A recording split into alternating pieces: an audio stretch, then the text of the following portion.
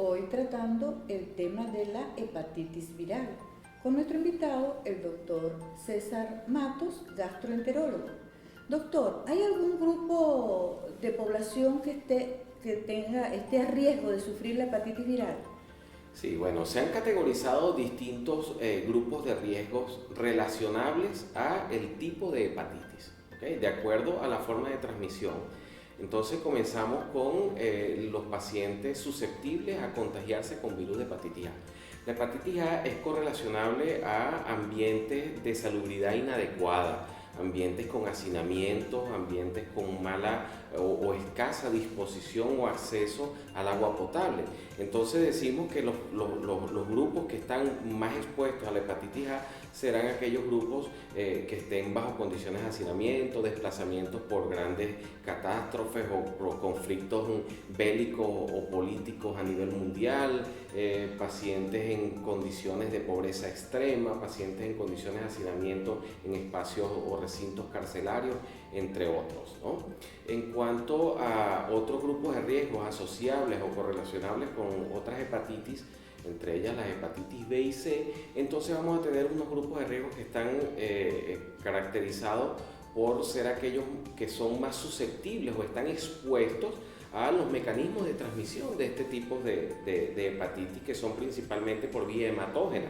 Entonces entran en el escenario aquellos pacientes que están sometidos a diálisis, pacientes que van a trasplantes, pacientes que son sometidos a procedimientos quirúrgicos en ambientes extrahospitalarios inadecuados, pacientes que se tatúan, que se colocan piercing, aquellos pacientes que usan drogas parenterales de tipo ilegales, heroína, etcétera, etcétera, pacientes homosexuales, pacientes con prácticas sexuales inadecuadas o poco convencionales, pues son los pacientes que normalmente tienen mayor riesgo de contaminación. No recuerdo que haya nombrado a las personas que reciben transfusiones, doctor. Los pacientes que reciben transfusiones también, sobre todo en aquellos medios donde se han descuidado por carencias propias de los mecanismos de detección del banco de sangre que recibe la sangre y que debe ser procesada antes de ser transfundida.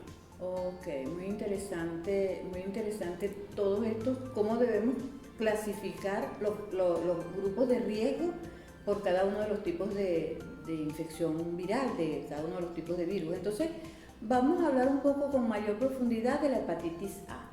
Ya conocemos que usted ha dicho que la gente que vive en zonas que tienen poca, acceso al agua potable, y también me imagino que a la disposición de las excretas, es decir, las cloacas, gente que vive en zonas de pobreza o hacinamiento, toda esta serie de cosas. Entonces le pregunto yo, ¿hay algún grupo etario más frecuentemente afectado por hepatitis A o puede afectar a cualquier persona a cualquier edad? Bueno, la hepatitis A es una infección de transmisión fecal-oral.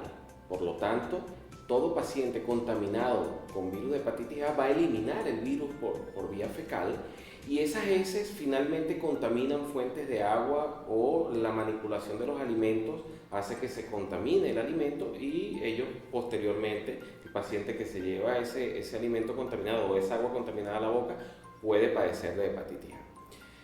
Los grupos en riesgo, bueno, como ya dijimos, hacinamiento, los que tienen escaso acceso al agua potable y a las situaciones de saneamiento ambiental adecuada. Por eso es que se dice que la hepatitis A es una infección común o un marcador de pobreza y de subdesarrollo a nivel mundial. Todos los pacientes, o la mayoría de los pacientes que tienen contacto con el virus de la hepatitis A durante la infancia, pueden desarrollar inmunidad sin llegar a desarrollar la enfermedad. Sin embargo, es conveniente conocer que ya existen planes de vacunación establecidos y hay vacunas para la hepatitis A. Por lo tanto, la prevalencia en edades tempranas es baja en países desarrollados. Y en los pacientes que normalmente pueden adquirirla en forma ya cuando son adultos, pues están usualmente en esas condiciones, o hay franjas normalmente determinadas de poblaciones que son países o áreas más susceptibles al padecimiento de este tipo de enfermedades.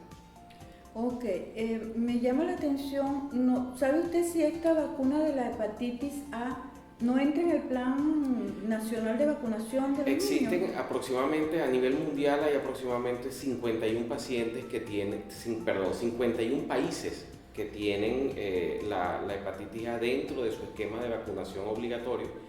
En Venezuela está establecido la vacuna de la hepatitis A en el esquema nacional de vacunación. Se pone a partir del primer año y consta de 2 dosis. Okay. Una al primer año y otra 6 meses después de la primera aplicación. Bueno, eso es algo, por lo menos, que nos da esperanza, porque realmente hay muchos sitios donde en nuestro país las condiciones de salubridad, de agua potable, aquí mismo en nuestra ciudad, en nuestro estado, oímos muchísimas quejas de esta cosa, entonces las posibilidades de que nos podamos contaminar o nuestros niños se puedan contaminar con hepatitis A están como presentes. Entonces, doctor, ya sabiendo cómo se transmite, cuál es la vía, digamos, principal de transmisión de este tipo de infección, de la hepatitis A, ¿cuáles son los síntomas? ¿Cómo se hace para el diagnóstico de esta enfermedad? Sí, bueno, como cualquier otra afectación viral, los síntomas de infección por virus de hepatitis A son muy generales: malestar general, náuseas, dolor abdominal, sobre todo a predominio del cuadrante superior derecho del abdomen, sensación de llenura o plenitud, y lo más característico, que es la coloración amarilla de los ojos, de la piel, las mucosas, y la coloración oscura de la orina, conocida médicamente como coluria.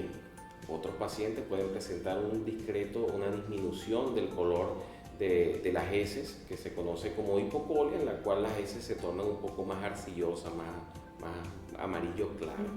¿Okay?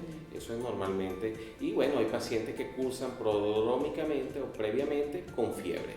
Normalmente se acompaña de una fiebre de 2-3 días. Después de un periodo de incubación de aproximadamente unos 15 a 28 días, el paciente comienza a hacer los síntomas. Ok, entonces, ¿y cómo hacemos para el diagnóstico? Teóricamente, el paciente debería, al tener cualquiera de estos síntomas, los padres, si es un niño o si es un adulto, asistir a su médico más cercano, su ambulatorio.